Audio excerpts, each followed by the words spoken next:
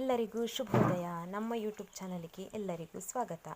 ನಾವಿವತ್ತು ಸಾಬುದಾನ ಮತ್ತು ಸೋರೆಕಾಯಿ ಪಾಯಸ ಮಾಡ್ತಾಯಿದ್ದೇವೆ. ಇದಕ್ಕೆ ಬೇಕಾಗುವಂತಹ ಸಾಮಗ್ರಿಗಳು: ಒಂದು ಸೋರೆಕಾಯಿ, ಮತ್ತು 1 ಕಪ್ಪಿನಷ್ಟು ಇಲ್ಲಿ ಸಾಬುದಾನ ತಗೊಂಡಿದ್ದೇನೆ, ಮತ್ತು 1 ತೆಂಗಿನಕಾಯಿ ಹಾಲು, ಮತ್ತು ಬೆಲ್ಲ. ಇದನ್ನು ಹೇಗೆ ಮಾಡೋದು ಅಂತ ನೋಡುವ. ಮೊದಲು ಇಲ್ಲಿ ಸೋರೆಕಾಯಿಯನ್ನು ಗ್ರೇಟ್ ಮಾಡಿಕೊಳ್ಬೇಕು, ತುರಿಬೇಕು ಅದನ್ನು. ಮೊದಲಿಗೆ ಇಲ್ಲಿ ಸಾಬುದಾನವನ್ನು ಬೇಯಲಿಕ್ಕೆ ಇಟ್ಕೊಳ್ಬೇಕು. ಅದು ಸ್ವಲ್ಪ ಬೇಯಬೇಕು. ಬೆಂದ ಮೇಲೆ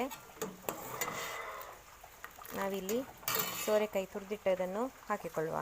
ಸಾಬುದಾನ ಸ್ವಲ್ಪ ಬೆಂದ ನಂತರ ನಾವು ತುರಿದಿಟ್ಟುಕೊಂಡಂತಹ ಸೋರೆಕಾಯಿಯನ್ನು ಸೇರಿಸಿಕೊಳ್ಳಬೇಕು. ಸೋರೆಕಾಯಿ ಇದರಲ್ಲೇ ಇರುವಂತಹ ನೀರಲ್ಲಿ ಚೆನ್ನಾಗಿ ಬೇಯಲಿ. ಇದಕ್ಕೆ ಮತ್ತೆ ನಾವು ರುಚಿಗೆ ಸ್ವಲ್ಪ ಉಪ್ಪನ್ನು ಹಾಕಿಕೊಳ್ಳುವ. ಯಾಕಂತ ಹೇಳಿದರೆ ನಾವು ತೆಂಗಿನಕಾಯಿ ಹಾಲನ್ನು ಸೇರಿಸಿಕೊಳ್ತಾ ಇರೋದಲ್ಲ. ತೆಂಗಿನಕಾಯಿ ಹಾಲನ್ನು ಸೇರಿಸಿದರೆ ಇಲ್ಲಿ ಹಾಲೇನು ಒಡೆಯುವುದಿಲ್ಲ.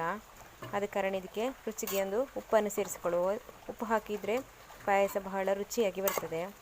ಇದು ಚಂದ ಬೇಯಲಿ. ಇವಾಗ ಇದರಲ್ಲಿ ಸ್ವಲ್ಪ ನೀರುಂಟು, ಇದರಲ್ಲೇ ಬೇಯ್ತದೆ ಇದು.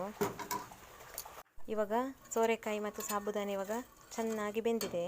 ಇವಾಗ ಇದು ಬೆಲ್ಲವಾದ ಪಾಕವನ್ನು ಮಾಡಿ ಸೋಸಿಟ್ಟುಕೊಂಡಿದ್ದೇನೆ. ಇವಾಗ ಇದಕ್ಕೆ ಸೇರಿಸಿಕೊಳ್ಳುವ.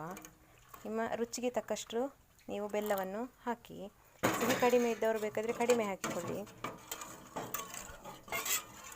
ಇದು ಚೆನ್ನಾಗಿ ಕುದಿತಾ ಇರಬೇಕಾದ್ರೆ ಇದಕ್ಕೆ ತೆಂಗಿನ ಹಾಲನ್ನು ಸೇರಿಸಿಕೊಳ್ಳುವ. ಇವಾಗ ತೆಂಗಿನಕಾಯಿ ಹಾಲನ್ನು ಇದಕ್ಕೆ ಸೇರಿಸಿಕೊಳ್ಳುವ.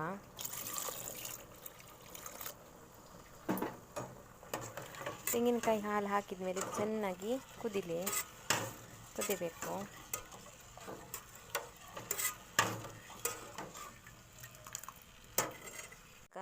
ಸೋರೆಕಾಯಿ ಮತ್ತು ಸಾಬುದಾನ ಪಾಯಸ ರೆಡಿಯಾಗಿದೆ. ಇವಾಗ ಚೆನ್ನಾಗಿ ಇದು ಕುದ್ದಿದೆ.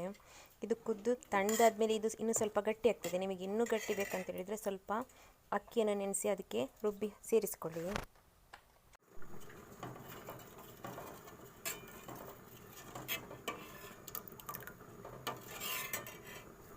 ಈ ವಿಡಿಯೋವನ್ನು ನೋಡುವುದರ ಮೂಲಕ ನಮ್ಮ ಯೂಟ್ಯೂಬ್ ಚಾನಲನ್ನು ಸಬ್ಸ್ಕ್ರೈಬ್ ಮಾಡಿ, ಲೈಕ್ ಮಾಡಿ, ಶೇರ್ ಮಾಡಿ.